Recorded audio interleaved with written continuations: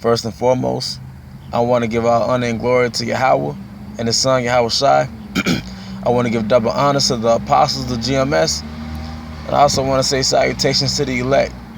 I'm Zahab, and this is a episode on Spirit Wind Judah. I'm of the Mississippi camp, and today I'm going to do a lesson on humility, right? Because one of the attributes that it takes to basically endure in His truth is humility.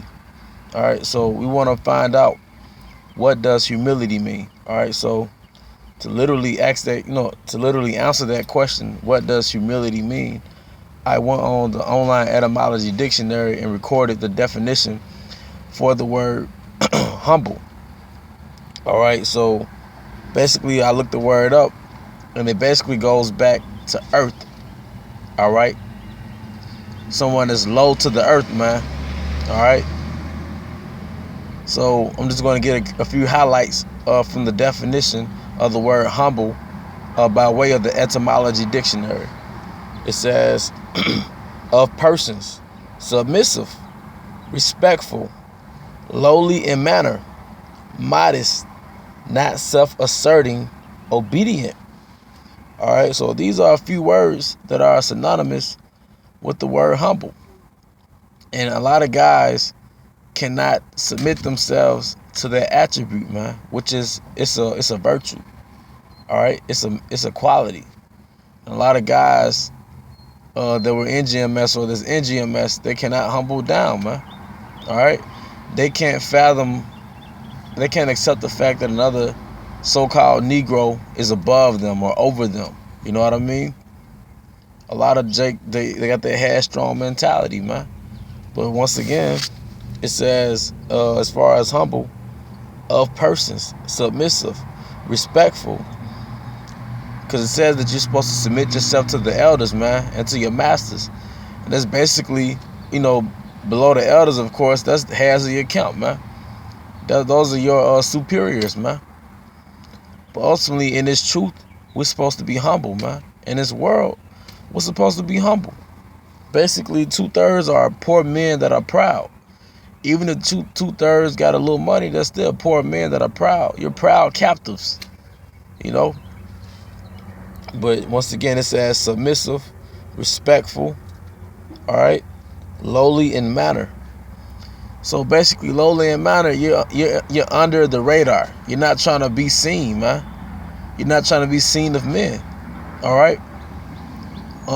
When you do the works, when we record videos, of course you like feedback, but we don't do these things to be seen of men.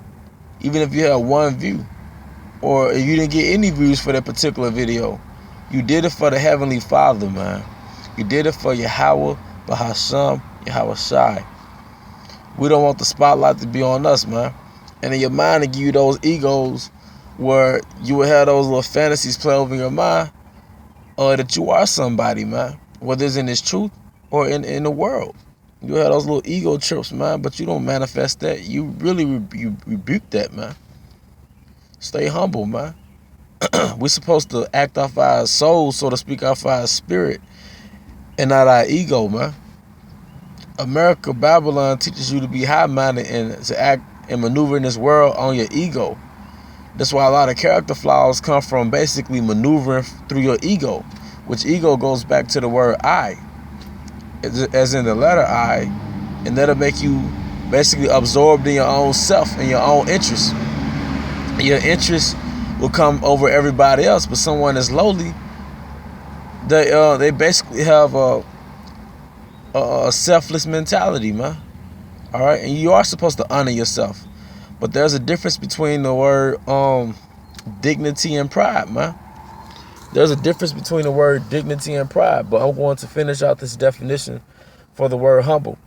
Submissive, respectful, lowly in manner, modest, not self-asserting, obedient. From Old French, humble. All right. From Latin, humilis, literally on the ground. From humus, which means earth. That's where you get the word human from. A human is literally an earthling, man. In the eyes of the Heavenly Father and the angels, we're earthlings, man. That's why it's written in the scriptures in this manner. Why is earth and ashes proud? Most High's looking at his little claymation, like, why are these little earthlings, look, he's looking at Esau like, why are these little earthlings proud, man?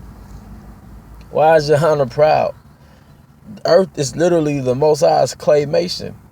He put life in clay figures. He made us from clay figures, man, and put a spirit in us and basically press play on our life, man. So all this movement in the three-dimensional world is claymation. All right? We're earthlings. We're little clay figures, man. And we are to behave ourselves as though we are little vulnerable clay figures that can easily be crushed by the Heavenly Father, man. We're nothing but grasshoppers. We're nothing but worms, all right?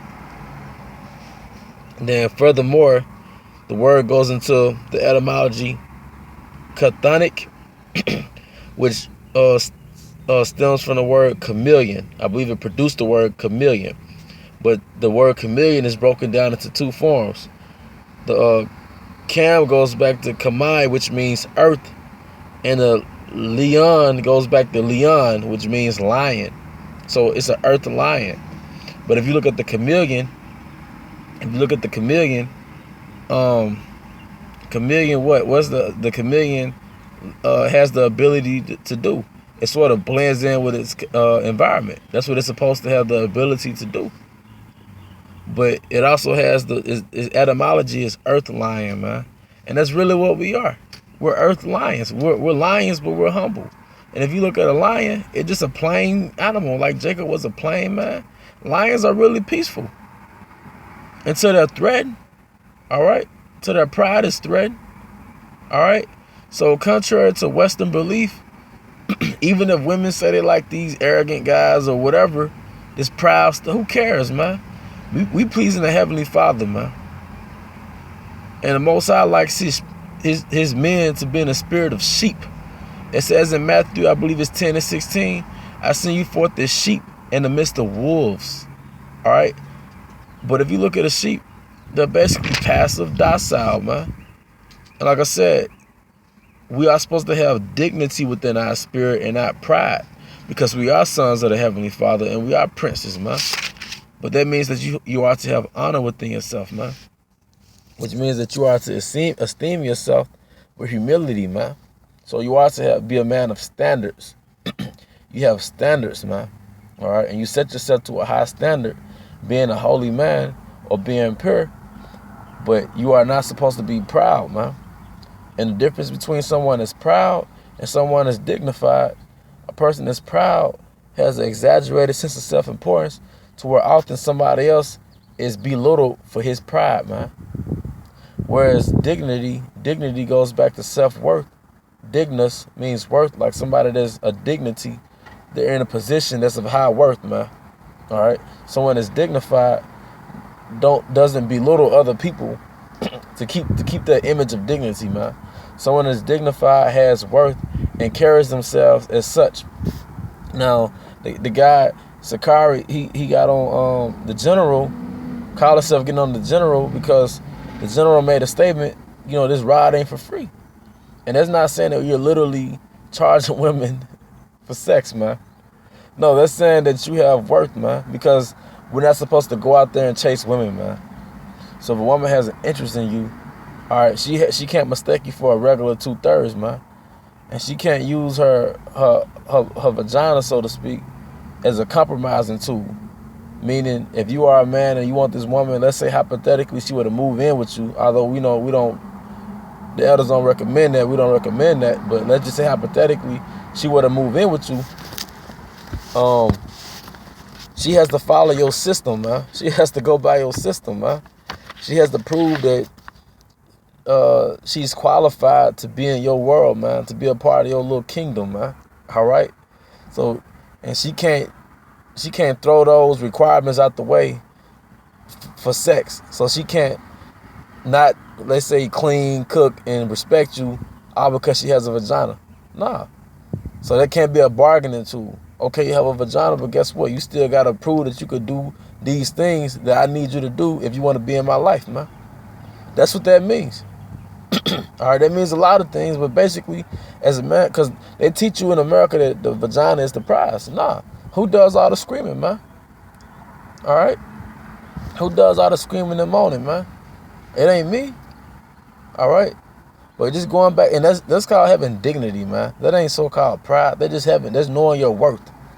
In Babylon, we have to relearn our worth as not only men, but it's also Israelite men. All right, but I'm gonna just close it with this real quick. Sirach 25 and 21. Stumble not at the beauty of a woman and desire her not for pleasure. So we're not supposed to chase women, man. Although you're physically attractive because she's revealing her secondary sex traits, was putting you in the spirit of reproduction, man. But I don't want to draw from the lesson or, stray from the lesson, because the topic is to stay humble, man. All right? Down to earth, man. That's where you get the phrase down to earth. You just humble, man. And one thing that makes you humble is suffering, affliction. Even if you grew up, if you had they call it a humble beginning, you grew up in the hood, you grew up in the ghettos, the Most High orchestrated that to build a humble character out of you, man. Because a proud man ain't gonna be in the truth like that, man. Most High ain't looking for no proud spirit.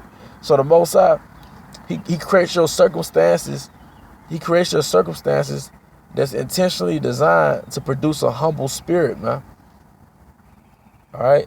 But I'm not going to prolong it. Maybe I can extend it to another lesson, possibly, if it's all through the spirit. I hope brothers are edified. Until the next lesson, I'm going to say shalom. Shalom.